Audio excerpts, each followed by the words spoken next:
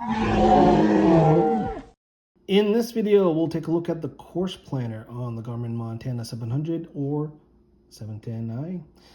Course planner is a nice way for you to build a course on your device, and the benefit of this is that it utilizes the popularity map level so that you can tell which track or path is more popular from Garmin Connect users, and also it helps you navigate and you can export the tracks and routes and all that fun stuff. So in order to get started, we're on our main page, and let's say that we are supposed to find the course planner. If we don't see it here, all we have to do is tap on add page, and we should see course planner listed here. Let's add it to our screen. And then from there, all we need to do is tap on course planner. Here we have a couple of items here. We can see one that I created earlier in the summer. You can see here that we can change the name if we wanted to. We can change the track color. It's nice. Let's put it nice and red. And we can toggle it to be shown on the map or not. We can see the course distance, the number of points. We can edit the course. If we tap on the menu, we can delete, edit, save as track, save as route. Save as track will be very useful if you want to share it as a GPS track or when you're exporting it to other locations. You also have the map view. You can see now what the track looks like on the map page. And you can notice here that you see on the map, we see purple and lighter purple or very light blue lines. And that's because when you're using courses, you're using the popularity layer, which again just shows you what other Garmin Connect users are uploading, which is usually hiking, walking, running, biking activities.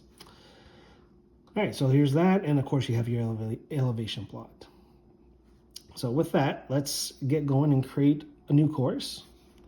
So there's two ways you can do it. Direct path, which is straight as a crow flies, point A to point B, multiple points. So this is straight line navigation. This will probably be very useful if you're doing winter activities, right? You're snowshoeing, skiing, very open areas. You're making your own path. Paddling, if you're kayaking across a series of lakes, you're doing portages, this might be very useful. If you're doing hiking, off-roading, biking, and that kind of stuff, roads and trails might be the better option because the path will snap or the course will snap to the roads and trails that is provided on the map. So let's choose that. And then first thing we'll do is add a point. And then from here, we can start off from a whole bunch of different options, mostly any type of waypoint that you have on your device, even from a geocache, but we're going to use map.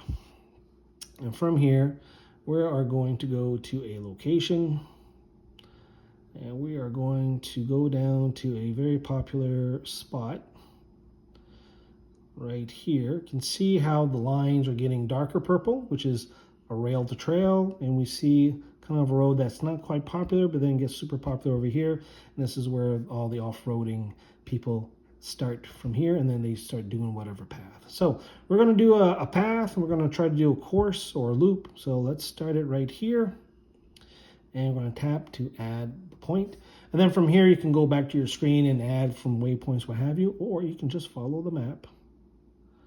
And what's going to happen here is the path will be snapping, and you can see how the more I'm going up, the more darker the trail is, which means that it is a super popular point. So I'm definitely on the right track, so to speak.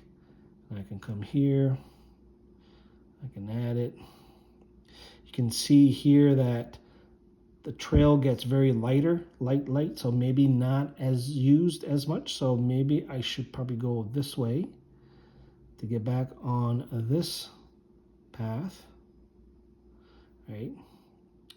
And then from here I can go and I can stop here, for example, and I can see here that there's a darker access to the lake, which I may want to check out.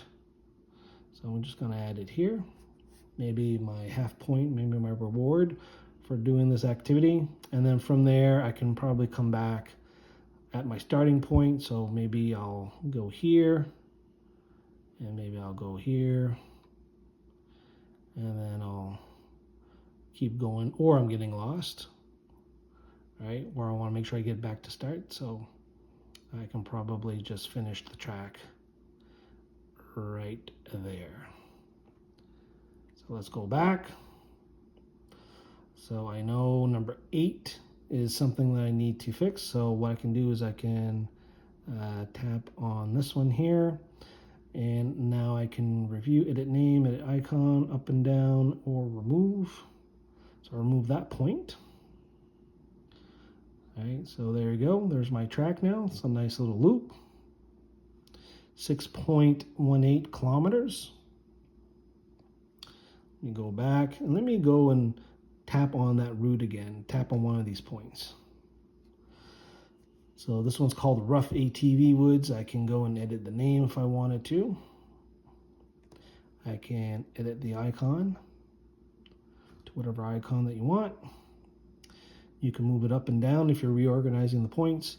You can alert on arrival. So when you get to, I believe it's at least 100 meters, the device will ping you're getting close to the point, or you can remove it. Is there any menu options? No options here. All right, so there you go. And then you're done. You can give it a name. Here we're going to keep it with the default. Notice I had course 001 already created. We'll just increment the number here. I want to tap on that. And there you go. So now I got my course 2. It's ready to go. So now what I can do is whenever I am ready to do this course, I can go to our course planner, go to course 002, go to maybe change the color of the track and put it red so that I can actually see it on the map. Tap on the map, and now that I'm ready to go, hit go. And there you go. So I'm not at the destination now, but you notice there that it will give me some navigation. So now what I can do is I can navigate to the start of the course, or I can stop, find another. So there's different ways you can engage this navigation. And there you go. That's it. That is how you quickly use Course Planner on your Garmin Montana 700 series GPS.